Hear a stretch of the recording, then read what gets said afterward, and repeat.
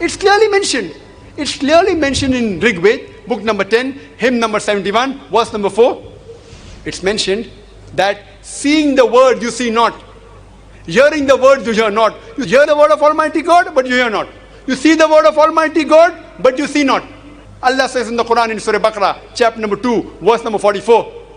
Allah says that you read the scriptures, but why don't you follow it? Allah says in the Quran in Surah Baqarah, chapter number 2, verse number 18, Summum, Bukmun, Umyun, Famla Arjun, the deaf, the dumb, the blind, they will never do the true path. And we find that the religious personalities of most of the major religions, they prevent the followers from reading the scriptures.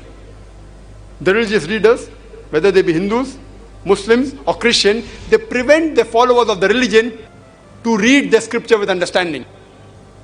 And I've given a talk on Al-Quran, should it be read with understanding? And I proved there that the Quran was revealed so that a person should understand the revelation of Almighty God and follow the commandments of Almighty God. The best is to understand Arabic as a language. If you can't understand Arabic as a language, read the translation of the Quran in the language you understand the best. And today we find that even though there are various sects in the religion of Islam, there are minor differences. But the major principles of the various sects in Islam, it is the same. All the various different sects of Islam, they believe that there is one God. They believe that the Quran is the last and final revelation of God. They believe in the last and final messenger. It's the same. There may be minor differences, but the major pillars are the same. And if we analyze the reason that even though Islam has been divided into different sects, the major teachings are the same because Quran was revealed in Arabic. And Arabic is a living language. There are several hundreds of millions of people who know Arabic as a language. Because of this, because the Quran was revealed in Arabic, no one can change the main teachings of Quran. A great critic of Islam, Sir William Moore, he says, though he's a critic of Islam, he says that Quran is the only book which has remained pure for 12 centuries. He mentioned this 200 years back. And today Quran is a book which has remained pure for 14 centuries.